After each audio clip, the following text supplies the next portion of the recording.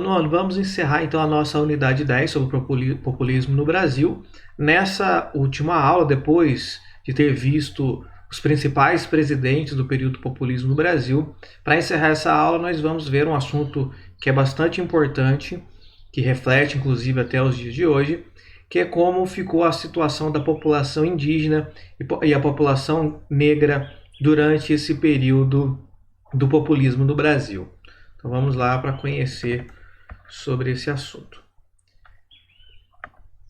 Bem, sobre os indígenas, quando nós estudamos lá o período da Era Vargas, nós já tínhamos uma noção do tratamento com relação aos indígenas, porque o Vargas, um dos grandes nomes do populismo brasileiro, ele resolveu integrar os povos indígenas na sociedade brasileira.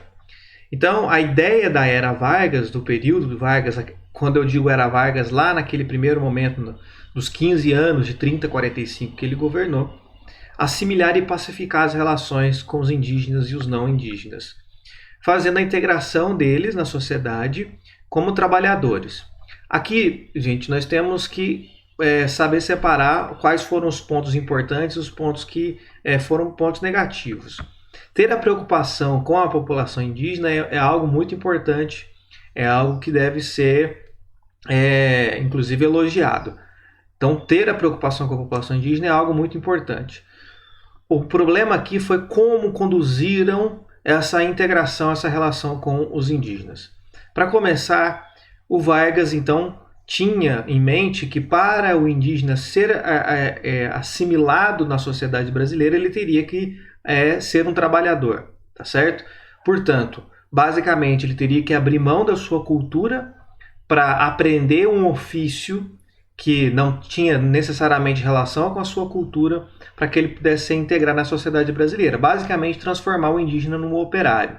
Então, ele teria que aprender um ofício, trabalhar para alguém, se transformar num operário, e aí sim ele tem um papel de cidadão, porque ele passa, então, a, de certa maneira, oferecer algo para a sociedade. Aí, dessa forma, eles seriam considerados, então, efetivos cidadãos. Claro, aqui eu estou colocando entre aspas cidadãos, porque para os demais, para nenhum outro grupo da sociedade brasileira, foi-se estabelecido algum tipo de regra para que fosse considerado cidadão. Mas por quê? Porque para o indígena é necessário criar uma regra para que ele fosse considerado cidadão. Claro que essa regra não é uma regra no papel, é uma regra que é subjetiva. Portanto, o indígena só é cidadão se ele for trabalhador. Só que se ele é trabalhador, se ele aprende o ofício e vira um trabalhador, ele tem que abrir mão da sua cultura. Tá certo? Tem que deixar de viver como vive, passar a viver como os brancos vivem, como os não indígenas vivem, para ser considerado cidadão. Então é um preço muito elevado isso daqui, sendo que, em tese, bastava nascer no território brasileiro para ser considerado cidadão brasileiro, ele não precisava compartilhar dos mesmos elementos culturais para ser considerado cidadão. Portanto, é um grande equívoco isso aqui. Agora, por outro lado, foi criado serviço de proteção aos indígenas, que foi muito importante. Foram criados espaços que eram espaços exclusivos da população indígena, mas que foi e é extremamente desrespeitado por agricultores e tropeiros que habitam próximo dessas regiões, esses espaços demarcados para os indígenas. E começa já com Getúlio Vargas, então, a ideia de reservas indígenas. Ou seja, vão procurar um espaço, um lugar onde esses indígenas habitam, faz uma demarcação dessa terra e garante que dentro dessa demarcação, essa terra que foi demarcada, ela é entregue para a população indígena e os indígenas vão viver nessa terra com autonomia, com liberdade. Dentro dessa terra eles podem continuar com a sua vida e com seus elementos culturais normalmente, como uma espécie de proteção. Então essa terra pertence a eles, de forma que ninguém, claro, poderá ir lá para utilizar dessa terra ou invadir essa terra. Então é uma forma de garantir a integração desses indígenas na sociedade, mas sem aniquilar sua cultura. Então esse espaço é demarcado, todo mundo sabe onde fica esse espaço. aquilo que for possível essas populações assimilar, como, por exemplo, o uso de tecnologias, de ferramentas e tudo mais, sem problema algum. Então, eles podem utilizar, eles podem ter acesso, enfim, ter uso de tecnologia, mas não precisa necessariamente aniquilar a sua cultura, a sua forma de viver, a sua forma de habitar e assim por diante. A reserva de maior impacto, são várias reservas, a de maior impacto até hoje é o Parque Nacional do Xingu, ela é a maior. Ela foi o primeiro território indígena oficialmente reconhecido pelo Estado, então de lá para cá várias dessas terras foram demarcadas, mas infelizmente nos últimos anos essa questão da demarcação de terra indígena se tornou uma questão que era para ser unânime, ela acabou se tornando uma coisa de viés político. Onde alguns defendem a demarcação de terra indígena, outros são contra a demarcação de terra indígena, porque acreditam que isso gera um atraso no avanço da sociedade brasileira, uma vez que essas terras que são produtivas ficam na mão dos indígenas e elas não produzem nada que possa ser vendido, que possa ser produzido como riqueza. É produzido ali somente o que é suficiente para a sobrevivência desses povos indígenas. Então, o que acontece hoje? Os órgãos de fiscalização estão praticamente destruídos, e, portanto, se alguém invadir essas terras indígenas utilizando armas e tudo mais, os indígenas não têm como colocar para fora, não conseguem colocar para fora. Se eles procuram um órgão de fiscalização para fazer denúncia, esse órgão não tem condições de colocar para fora porque o órgão está destruído, ou quando existe esse órgão, os fazendeiros que ocupam essa terra subornam os fiscais desse órgão de forma que os indígenas saem no prejuízo. E uma outra estratégia, também muito utilizada, eles queimam a terra que é de preservação dos indígenas, é uma floresta, por exemplo, parte de uma floresta, colocam fogo criminalmente, claro, de forma criminosa, destrói essa área, de forma que para os indígenas depois não tem serventia, porque essa área está destruída, e o fazendeiro que destruiu aquilo ali, na verdade ele quer mesmo que aquilo caia por terra, porque ele vai transformar aquela área que seria de selva ou de floresta, assim por diante, em pasto. Para ele transformar em pasto, ele teria que colocar fogo de qualquer jeito para derrubar todas as árvores e transformar aquilo em pasto para a criação de gado. Então, primeiro eles colocam fogo para o índio, não tem mais o serventia, não tem mais o que fazer, depois eles invadem a terra e aí os indígenas começam a ficar cada vez mais espremidos em pequenos pedaços de terra, e se não tiver uma atuação do Estado para proteger essas reservas, chegará uma hora que eles não terão mais nem lugar para onde ir. Ou irão para um lugar que teoricamente nem lhe pertence mais, porque sairão das terras que lhe foram demarcadas em algum momento. Então, como eu disse, apesar dessa demarcação, as invasões de interessados na exploração dos recursos dessa terra, elas acontecem o tempo todo, a destruição acontece o tempo todo. Principalmente na região amazônica. E como que a gente sabe que esses incêndios que acontecem nessas reservas são criminosos? Por uma justificativa muito simples. A selva amazônica é uma selva tropical, toda a selva tropical ela é extremamente úmida, então não existe aquela situação de, por conta de um grande calor, ela pegar fogo sozinha. Isso em outros lugares é possível, mas na selva úmida, na selva tropical, isso é impossível de acontecer. Naturalmente não acontece de se incendiar uma selva que ela é úmida. Ela só pode queimar se alguém de fato ir lá e colocar fogo nela.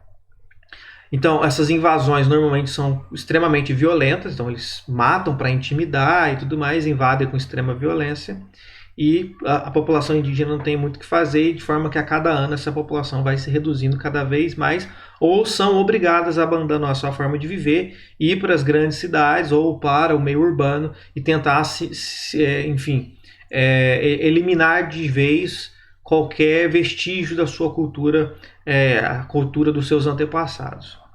Com relação à população negra, nós estamos falando lá do início do século XX, a população negra vai continuar vivendo de uma forma precária, consequência do fim da escravidão, que o Brasil, ao abolir a escravidão, não criou nenhum tipo de política para poder integrar a população negra na sociedade brasileira, deixou a população negra por conta própria. Então, se hoje não tinha, antes menos ainda, não tinham as mesmas oportunidades que a população branca. E aí a população negra começa a se unir, então, para buscar melhores condições de vida para eles. Então, em 43, o João Cabral Alves vai criar a União dos Homens de Cor, lá na cidade de Porto Alegre, com o objetivo, aí na apostila de vocês tem esse objetivo que o próprio grupo, a União dos Homens de Cor criou, que era de elevar o nível econômico e intelectual das pessoas de cor, ou seja, os negros, em todo o território nacional, para torná-las aptas a ingressarem na vida social e administrativa do país, em todos os setores das suas atividades. Bem, se o Estado brasileiro não teve essa preocupação, eles tiveram que fazer por conta própria. Em 48, a União dos Homens de Cor estava presente em 10 estados brasileiros, promoviam debates para como inserir essa população na sociedade, dar melhores condições de vida ou igualdade de condições, fornecia assistência médica e jurídica, ofertava programas de combate ao analfabetismo, organizava com ações de voluntariados, enfim, para ajudar essa sociedade, e propunha participações em campanhas eleitorais para que tivessem mais negros na política e que pudessem lutar em benefício da população negra. Vai buscar ampliar a sua atuação social e, claro, que muitas dessas lutas que desde aquele momento foi estabelecido hoje tiveram várias conquistas, mas muito pequena perto do que aquilo que poderia ter sido feito. A população negra ainda é bastante prejudicada no Brasil. Na política, então, nem se fala, há um número muito pequeno de negros na política e, portanto, é difícil de conseguir melhorias de vida ou busca de igualdade dentro da sociedade. Uma outra coisa que foi criada na década de 40 foi o Teatro Experimental Negro, que tinha o objetivo de resgatar a cultura negra, para dar um valor um valor maior na cultura negra e não ficar apenas naquela coisa folclórica, engessada e tudo mais. E também para evidenciar a capacidade e o talento das pessoas negras para as artes, tá certo? Para a música, para o teatro e assim por diante, uma vez que são pessoas extremamente talentosas e enfim, que têm um nível altíssimo nas artes, tanto na música, no teatro, dentre outras modalidades. Tinha também um caráter político esse teatro, fizeram a Convenção Nacional do Negro em 45 e 46 em São Paulo, Rio de Janeiro, e também promoveram o primeiro Congresso do Negro Brasileiro em 50 no Rio de Janeiro. A ideia de tudo isso é promover uma educação entre os negros e também criar uma identidade afro-brasileira, ou fortalecer uma identidade afro-brasileira. E essas atividades, infelizmente, foram gradualmente barradas com o avanço do regime militar, tá certo? Infelizmente, a mentalidade da elite brasileira, ela é muito, essa elite, ela despreza completamente a população negra, a população indígena, sempre foi assim. Uma amostra disso foi nos governos militares, que foi um governo colocado pela elite, gerido e administrado para as elites, em que os avanços da população indígena e negra foram completamente barradas e prejudicadas, tá certo? Depois da redemocratização, nós veremos isso em matérias futuras, volta-se a ganhar espaço o movimento negro e nas últimas décadas apenas é que haverá algumas conquistas para a população negra, tá certo? Como acesso a cotas, acesso a alguns benefícios sociais para tentar tirar de um patamar muito diferente da população negra e tentar trazer um pouco mais próximas. Mas ainda está longe disso funcionar porque a maior parte da população brasileira, mais de 50% da população brasileira é negra e a maior parte dessa população também é pobre. Então é uma questão histórica que vem se arrastando de muito tempo, tá certo? Mas esses debates nós teremos mais adiante e nas matérias futuras vamos aprimorar essa discussão, mas por enquanto é isso que vocês precisam saber, encerrando aqui a nossa unidade sobre o populismo do Brasil.